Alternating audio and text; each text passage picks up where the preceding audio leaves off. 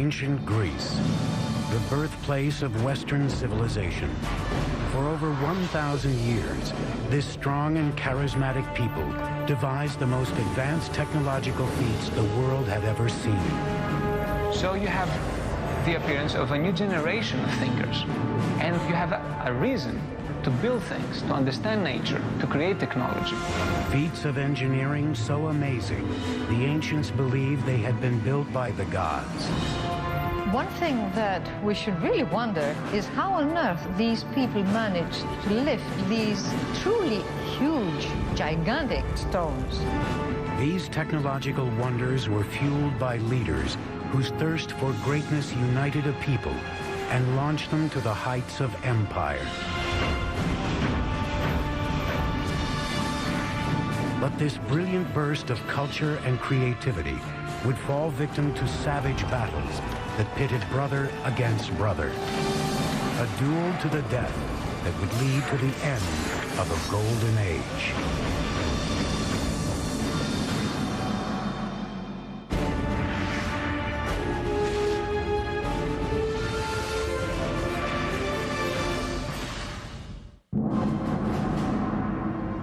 September 480 BC, morning breaks over the island of Salamis and the thin mile-wide strait that separates it from mainland Greece. The calm sea provides no hint of the great battle that is about to begin here. By day's end, the Mediterranean will be flowing red with blood. At stake is nothing less than the future and independence of Greece, a country of islands and city-states which lie just outside the reach of the greatest empire in the known world, Persia. Persia was the world superpower of its day, enormously wealthy, enormously self-confident, the greatest multi-ethnic, multicultural empire the world had seen. A Persian invasion force of epic proportions is on the horizon. As many as 700 ships carrying 150,000 warriors determined to add Greece to their empire. But one Greek is poised and ready for battle.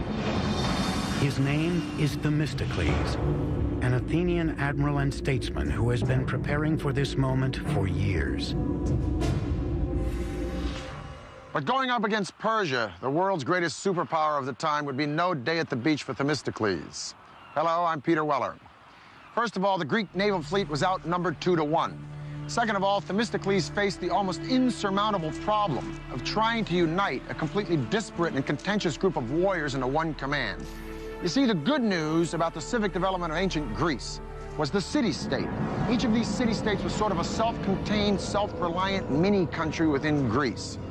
But the bad news about the civic development of ancient Greece was the city-state. Because inasmuch as each of these city-states sort of spoke the same lingo, worshiped the same gods, there was really no sense of a national unity, and their only priority was their own particular regional and cultural agenda. At best, they didn't get along. At worst, they were violently at each other's throats. If there was someone who could pull the Athenians together, it was Themistocles, a man who didn't come from the aristocratic ranks and wasn't ashamed to let his fellow Athenians know it. He was always an outsider, and he saw himself as an outsider, and he prided himself on his lack of polish. He said that he might not know how to tune a lyre or to sing well, but he knew all you needed to know to make a city great and free. Themistocles was no stranger to facing the Persians in battle. 10 years earlier, a smaller Persian force had invaded Greece for the first time and fought the Athenians and her allies at Marathon. Now Themistocles would bring that experience to Salamis and focus his strategy on a fatal flaw he detected in the Persian war machine, their navy. He understood that the water was not the Persians' natural element. Persia was a land power. In fact, Persian religion considered salt water to be demonic. Themistocles wanted the Greeks to build a navy unlike any the world had ever seen. Immediately, work began at breakneck speed to build a fleet of 200 triremes, the deadliest ship in the ancient world. Trireme's about 130 feet long. It's light and sleek, and it's tipped with a wooden ram covered in bronze at the water level, and that is the offensive weapon of the trireme.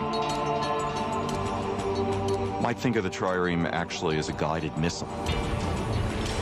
The trireme consisted of 170 rowers on 3 separate levels, 62 on the top level, 54 in the middle, and 54 on the bottom.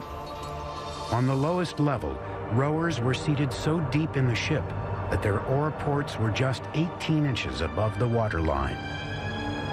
So you have a ship, a wooden ship, that is powered from the oars. It can go up to 8 knots, or 9 knots, which is an amazing speed for the ancient world. And it can attack like a missile. And the rowers, of course, have to learn how to work as a team. They have to learn to row together in unison, which is an easy thing to begin to do, but a very difficult thing to master. Themistocles' fleet of triremes was finished in just a few years and in the nick of time.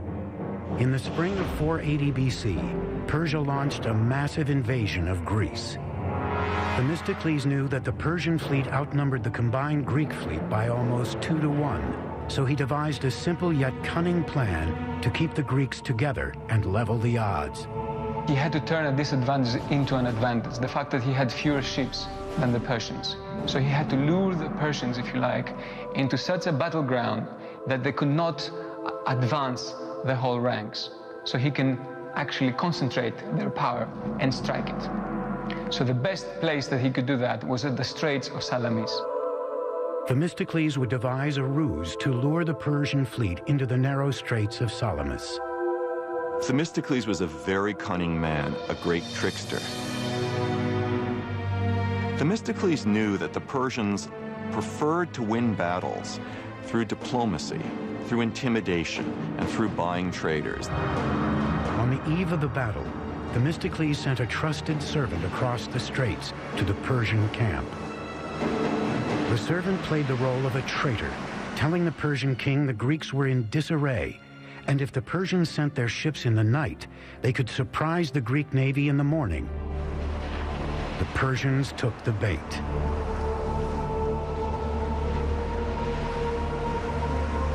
And so at dawn, the Persians discovered to their shock that the Greek fleet, instead of being about to flee, was getting into battle formation, and that they, the Persians, would have to fight. So it was a perfect setup of a battle by Themistocles. Now 200 triremes, powered by 34,000 Greek rowers, formed into a line. There was no room for the Persians to maneuver in the narrow straits. Themistocles had sprung the perfect trap. The attacks raged all day long as the Greek triremes encircled the Persian ships, then pounded them with their forward rams. And the Persian officers died in unusually high proportions. The battle was so confused, chaotic, and unnerving that at the end of the day, the Greeks weren't even sure that they had won. But thousands of lifeless enemy bodies on the shores of Salamis revealed a decisive Greek victory. Some historical sources claim the Persians lost as many as 200 ships to the Greeks' 40.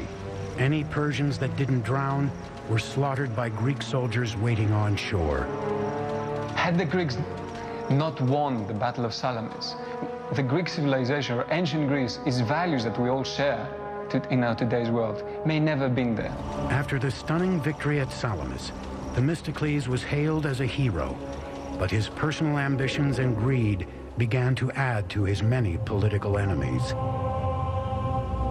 It was only a matter of time before the rage of the assembly boiled over. Athens at this time had a practice called ostracism, an annual unpopularity contest, in which the people would vote for the politician who they felt was most disruptive, most dangerous to the political process, and they would exile him for 10 years. In 471 BC, Themistocles was ostracized. In a stunning irony, he was forced to embrace the enemy he had fought so hard to defeat. He would never see Athens again. Amazingly, he was forced to flee to Persia itself, where he found refuge, and he ended his life speaking Persian, working as an administrator for the Persian king, helping the Persians govern Western Asia Minor. Themistocles had played his part in an epic story of Greek power and achievement that looked to a glorious past for inspiration. The legendary tales of the gods and heroes told in epics like the Iliad and the Odyssey. The stories may be myth, but the engineering achievements of these Greek ancestors were very real and still stand today. In the Greek city-state of Sparta, boys began their military training at age 7.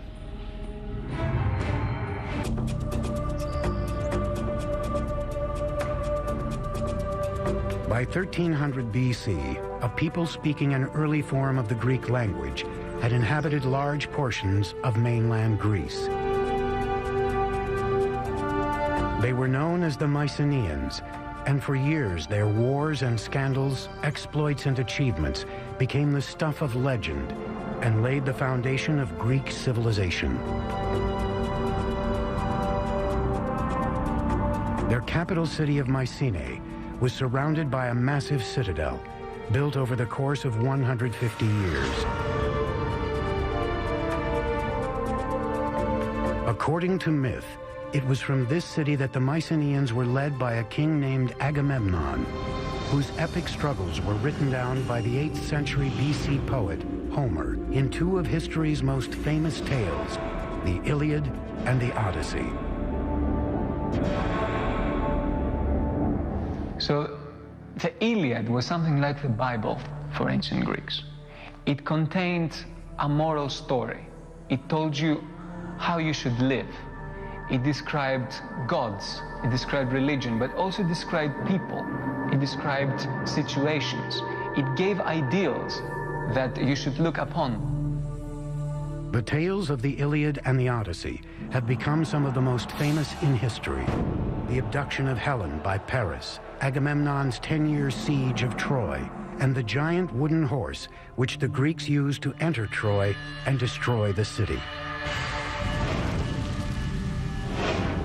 Although Agamemnon's exploits during the Trojan War may have been heroic, his return home to Mycenae was far from a hero's welcome. He was murdered by his own wife.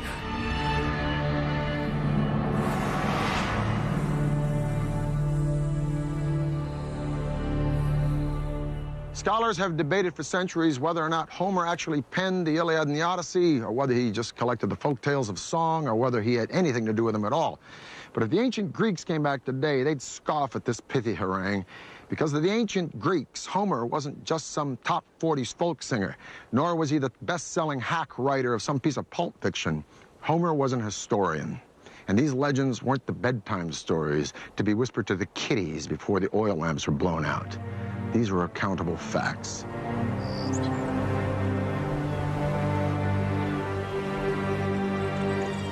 This is what is left of Mycenae, the capital city of which Homer writes, and where many, including me, would like to believe that Agamemnon really ruled.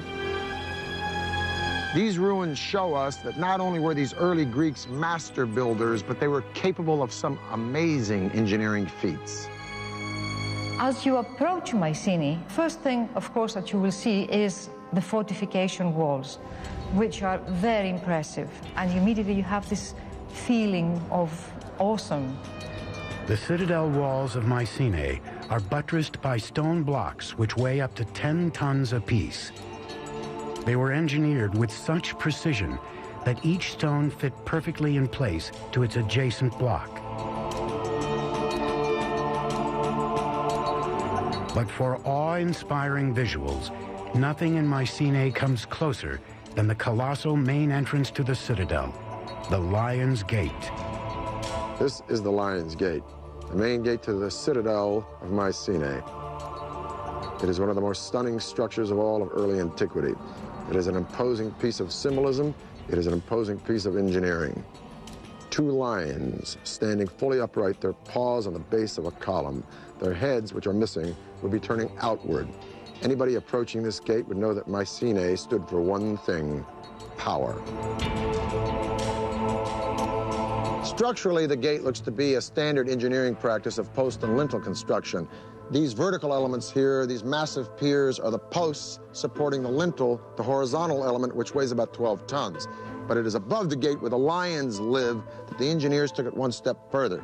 If you look at this triangle of indented stones right by the lions, it develops an element that we call the corbelled arch. Suppose you have these 4 stones, and instead of piling them up, you try to create an opening from that side, and you steal a little bit of space by putting them this way. This is cobbling. If we are a little bit more ambitious, because this is not sufficiently large, and we try to displace further these stones, still in corbelling, then we are running this risk that this is falling down. So what is the little trick? It's simple. You start putting counterweights behind each of these corbelled stones. Now, this triangle, first of all, we should say that this is a true Mycenaean innovation. This is something that we see for the first time, most probably worldwide. So in that sense, we are looking at something that's very innovative, very new. The Mycenaean engineers took the corbelled arch one step further. They applied the idea to create a revolutionary interior space called a corbelled dome. The dome was used in only one kind of construction, a tomb. Like the Egyptians, the Mycenaeans built incredible structures to house their leaders in the afterlife. These tombs are called tholos. Their construction departed from anything the Mycenaean engineers had ever done before. I mean, the circular form is completely absent in the architectural minds of the Mycenaeans. The Mycenaeans work with straight lines and right angles. So the circle is just for this kind of structure. So that makes the impression and the symbolism of the circle as related to death even stronger. Building a tholos was a giant engineering feat. The first step would have been to hollow out the side of a hill. So they dug this trench, and this trench would form the dromos, which means in Greek road or way. In this case, it's a walkway to the tomb, and it's flanked on each side by these beautiful almond stones set in lengthwise and edgewise. Now, 3,200 years ago in 1200 BC, a visitor approaching would walk down this dromos, and then he would be confronted by an unbelievably magnificent and stunning sight, this massive doorway. The doorway would be flanked by 2 fantastic columns carved out of solid green marble with zigzag and spiral designs going all the way up. Each one of these massive stones is 2.5 feet tall, and there are 33 rings of these stones laid out in a conical shape. Now, each layer of stone is laid over the lower one in a sort of protruding fashion. That's what we mean by the corbelled style. And then they're shaved down to make it all very smooth. In order for this structure to be stable, you need a constant pressure from outwards inwards, very much like a barrel where you need this band, this metallic band around to keep the rings together. This pressure comes from the addition of earth.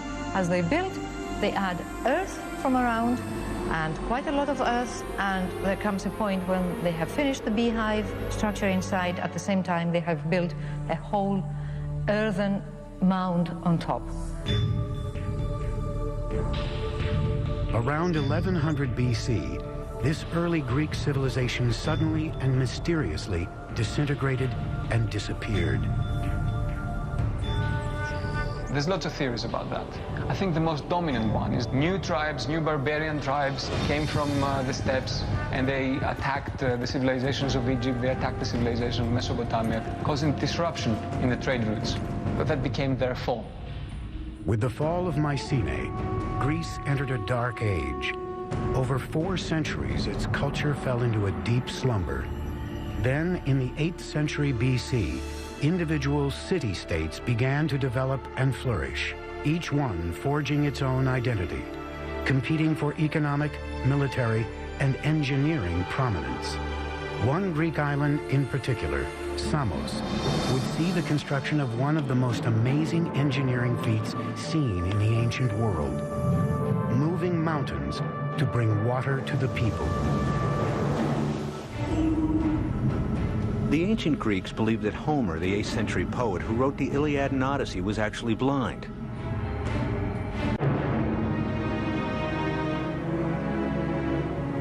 Sparta, Athens, Corinth, Thebes.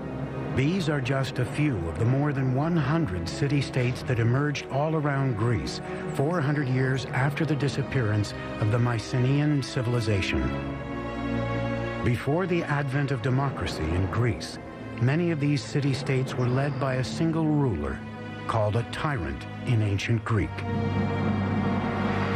Around 540 BC, a tyrant named Polycrates came to rule over the island city-state of Samos in the eastern Aegean Sea.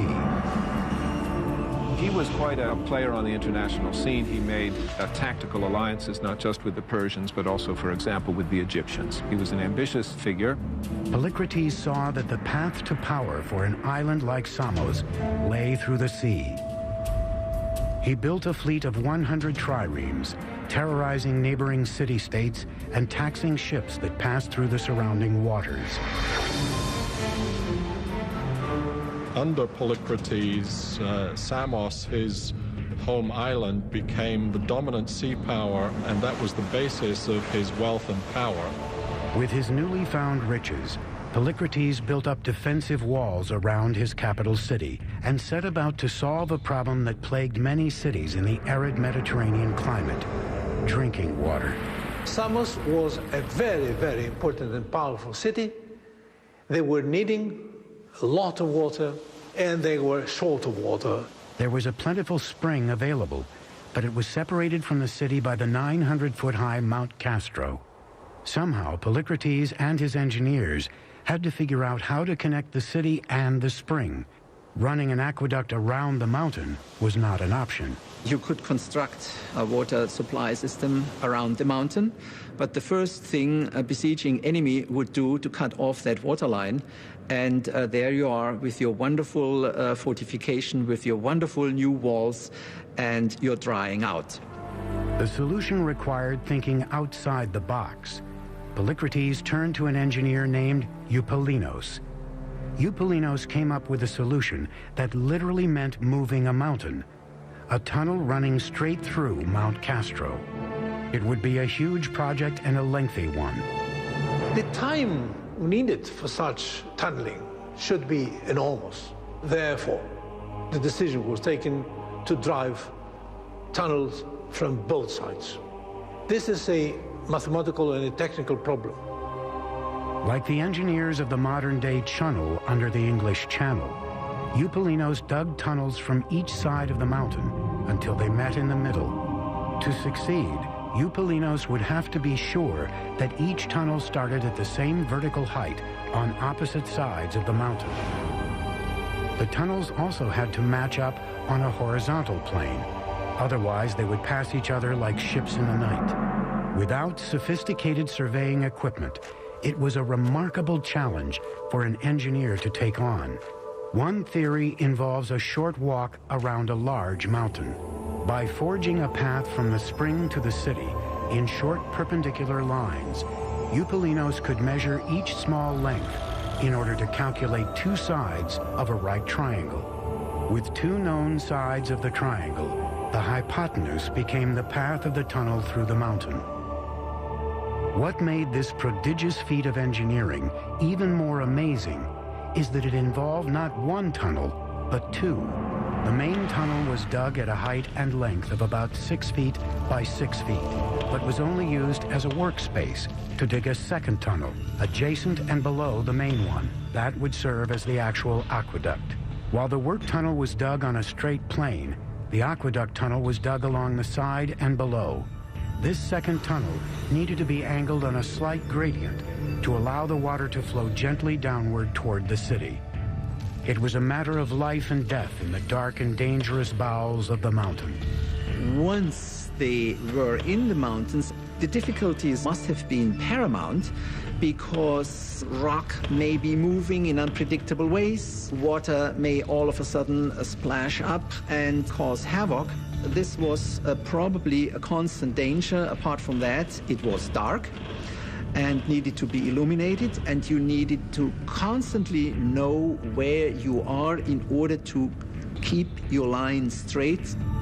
After slight adjustments, the two crews met in the middle almost exactly where Eupalinos had originally determined. The floors of each tunnel connected with only 24 inches difference between them, a discrepancy of less than 1/8% of the tunnel's 3,500-foot length. This stunning engineering achievement may have been the shining moment of Polycrates' reign, but his political fortunes would not prove so bright.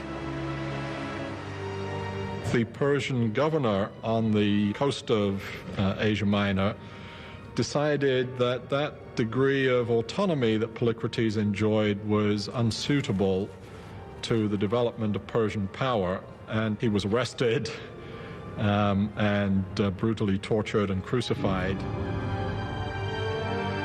Polycrates was just one tyrant among many who ruled the city-states of ancient Greece between 800 BC and 500 BC.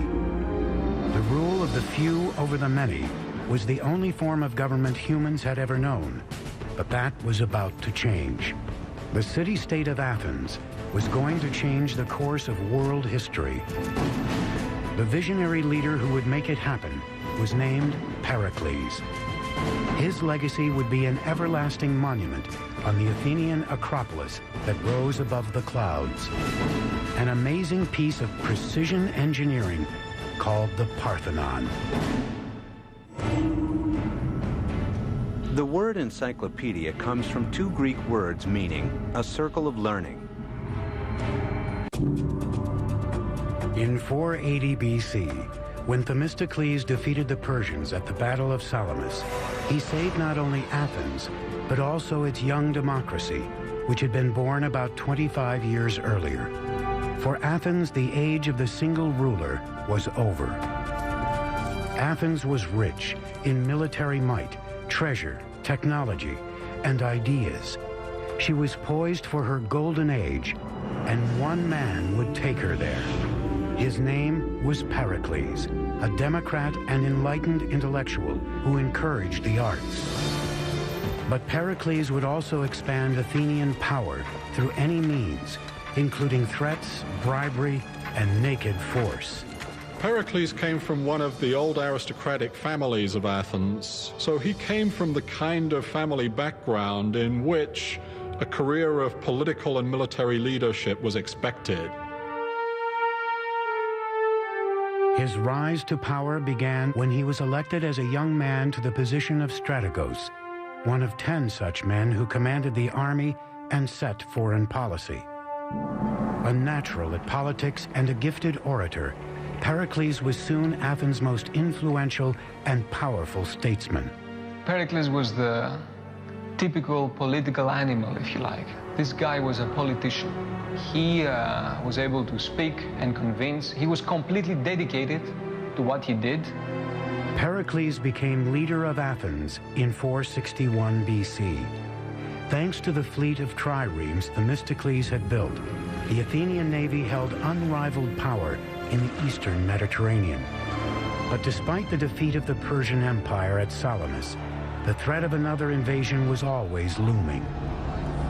In 478 BC, Athens, together with the city-states of the Aegean, formed a mutual defense alliance called the Delian League, the ancient world's version of NATO. By 450 BC, Athens has become the undisputed leader of the Delian League, which is nothing more than a money faucet for the city-state. But Pericles, as undisputed leader of Athens, finds ways to put this money to the best possible use by building massive public structures that best reflect the grandeur and magnificence of Athens. Now, legend has it that Poseidon, god of the sea, and Athena, goddess of wisdom, each came to the Acropolis to compete for the patronage of the city, the outcome to be decided by the inhabitants. Poseidon struck the ground with his trident, and up popped a spring. Athena struck the ground with her spear, and up came an olive tree, which not only suggested sustenance for the Greeks, but a possible outlet for a commercial venue. Thus, Athena became the patron goddess of the city. Over the centuries, there were several temples to Athena, most of them destroyed. But we leave it to Pericles to give the world the most remarkable piece of architecture in all of Greek antiquity, the Parthenon. Pericles decided to rebuild the Parthenon on the Acropolis, using the crumbling foundations of an older Athenian temple. It would take thousands of laborers and skilled craftsmen to create this magnificent temple, and it would cost more than any building the Greeks had ever engineered, 30 million drachmas. In our terms, billions of dollars. That's an amazing amount, but keep in mind that was a huge state enterprise.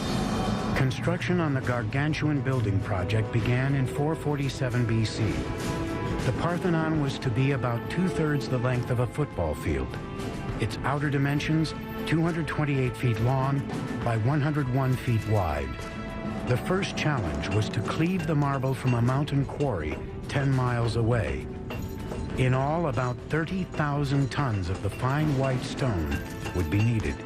In the quarry, workers used the natural cracks of the stone to separate giant marble slabs from the mountainside. The first step is to locate these cracks and calculate if this piece of marble is sufficient for my specific purpose. The second step is to put within these cracks both horizontal cracks and vertical cracks, wedges, iron wedges. Why? Because an enormous energy was given by hammering all these wedges simultaneously, so that the brittleness of the material makes further cracking. Once the giant slabs were ready, gangs of men used levers, ropes, and pulleys to maneuver the marble and prepare the stone for transportation to the Acropolis. But accidents often happened. There was an enormous risk that this big block would slide further on, killing people underneath. But cutting and transporting the marble from the side of the mountain was only half the battle in the construction of the Parthenon.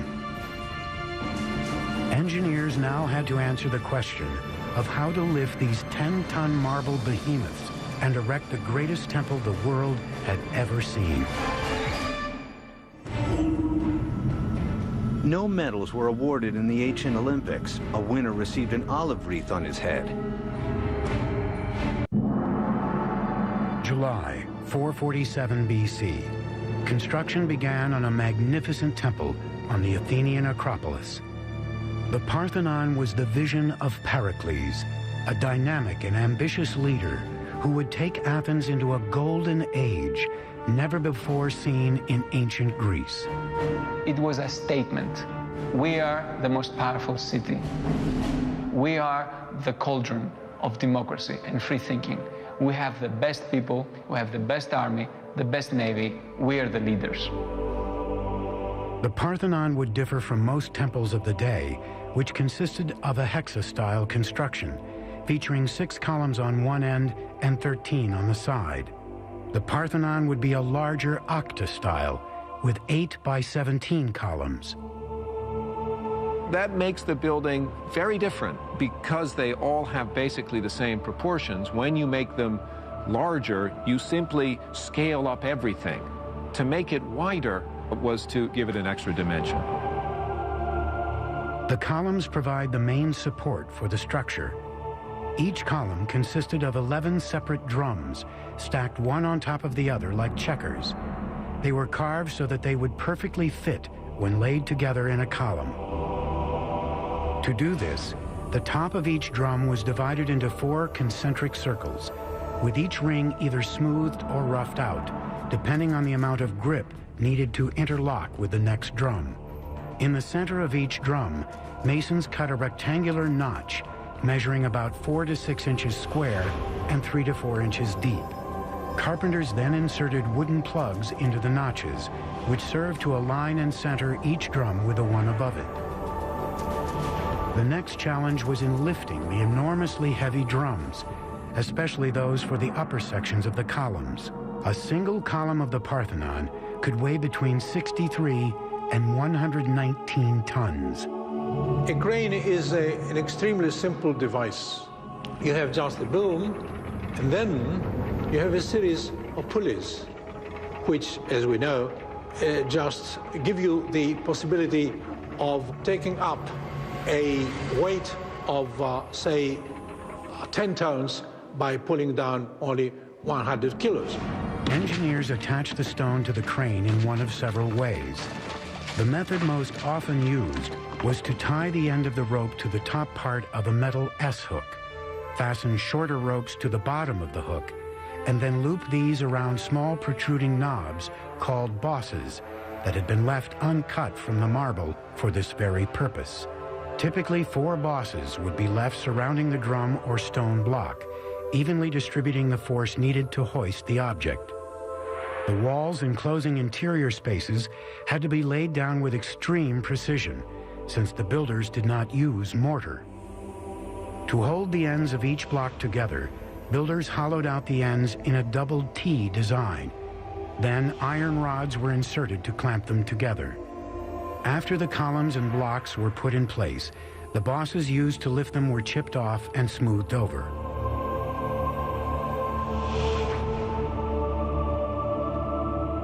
There's a saying that there are no straight lines in the Parthenon. Now, what's meant by this is that the architects incorporated a series of sort of optical illusions when they built it. It starts with the stairs, goes up through the columns, all the way up to the top of the building, the pediment, that triangular element at the top. So let's take a look at the stairs. They seem to be straight, but no, closer look, they bow in the center and they go back down at the end. Now this conceit, if you will, continues right up to the columns. This column is of the Doric order. There's no base. It seems to grow right up out of the stone. Each column has 20 flutes, which makes the column sort of undulate as you look around it. And then the column bows out in the center and bows back up at the top. This is a process called entasis. Such long lines, which are more or less at the level of your horizon, tend to curve. So in order to extinguish this effect, they curve them the other way. So the result, again, is more harmonious, and you see it as being straight. Because if it was all straight, perfect, right angles, then you will see it like that. The Parthenon's main function was to provide shelter for the monumental statue of Athena. Parthenon was an extremely expensive building, but the statue inside of it was almost equal in cost to the building itself, if not even more expensive. Athena's statue was about 10, 11 meters high. That means 32, 35 feet or so. And it was of the materials gold and ivory. Hundreds of sculptors created lifelike figures that proved the craftsmanship wasn't simply in the engineering. The most famous carving in the decoration of the temple is the frieze running on the interior walls of the Parthenon. It was carved in a low relief, just inches off the stone, and depicts the Panathenaea, a celebration to the goddess Athena held in Athens every 4 years. What survives on the side of the Parthenon today are the white marble remains of the building. In antiquity, not only the sculptures, but also many other parts of the building were richly decorated with paint. But not every citizen was enthralled by the Parthenon. Some saw Pericles' pet project as an Athenian eyesore and simply a monument to his own glory. Now, many Athenians hated the Parthenon, the temples. They thought it was disgusting. They thought it was terrible. Plato didn't like it at all. For many Athenians, when they saw in their holiest of holies, if you like, those new buildings coming up, buildings that had incorporated novelties, buildings that were making a break from the past. The whispers of discontent in Athens weren't limited to the Parthenon. As Pericles continued to expand Athens' domination, his rivals began to conspire against him. Soon they lashed out and attacked his close associates. At the top of the list was an elegant and educated woman named Aspasia, a member of the elite Hetairae social caste and Pericles' consort. The Hetairae were high-class courtesans, often compared, for example, to geishas in Japanese culture. Hetairae moved in the top circles in Athenian and Greek cultural life. In classical Athens, a woman's role lay under the dominion of men, but Aspasia was the exception to the rule. Pericles treated Aspasia as an equal, and his consort quickly became part of the Athenian elite. But they became a well-known couple, and to the sort of astonishment and some scandal of the Athenian people, Pericles was even to be seen actually kissing Aspasia publicly. And of course, public displays of affection were not anything that one expected to see in classical Athens. By 432, after nearly 15 years of construction, the Parthenon was completed. This temple to Athena did just what Pericles wanted. It advertised the power of Athens to the world. Ironically, the supremacy the Parthenon symbolized was already waning, and Athens' longtime enemy Sparta was on the rise.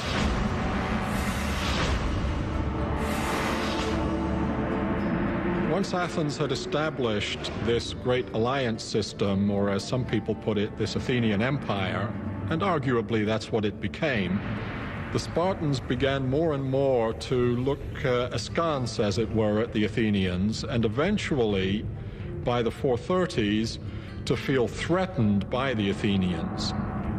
In 431 BC, Sparta moved on Athens. For 2 long years, Athens held out against the Spartan siege. But Pericles' shining city was about to come under attack by an invisible enemy.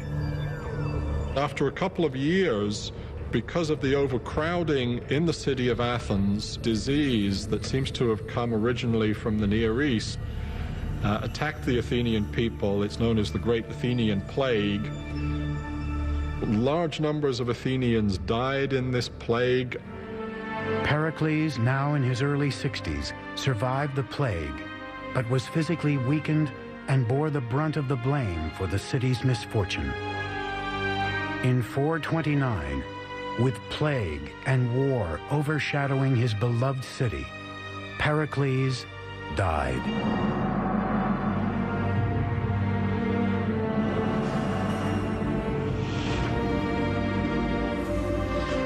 The bloody and brutal conflict between Athens and Sparta, known as the Peloponnesian War, continued for another 25 years, until finally in 404 BC, Athens fell. With the end of the Peloponnesian War, the time of Pericles and the dominance of Athens was over. Great marvels of Greek culture and Greek engineering would live on. And the irony was that the two men, the two purveyors of the fantastic legacy of classical age of Athens, were not Athenians at all. The names of these two men would be synonymous not only with conquest, but with Hellenism, the spreading of the Greek ideal of culture and value throughout the world, right on up to our own modern day. These two men were Philip II of Macedonia and his son, a man who would be the envy of every single general and emperor from Julius Caesar to Napoleon to George Patton. A man who would traverse most of his known world in his short 33 years, that student of Aristotle and self-proclaimed God, Alexander the Great. I'm Peter Weller for the History Channel.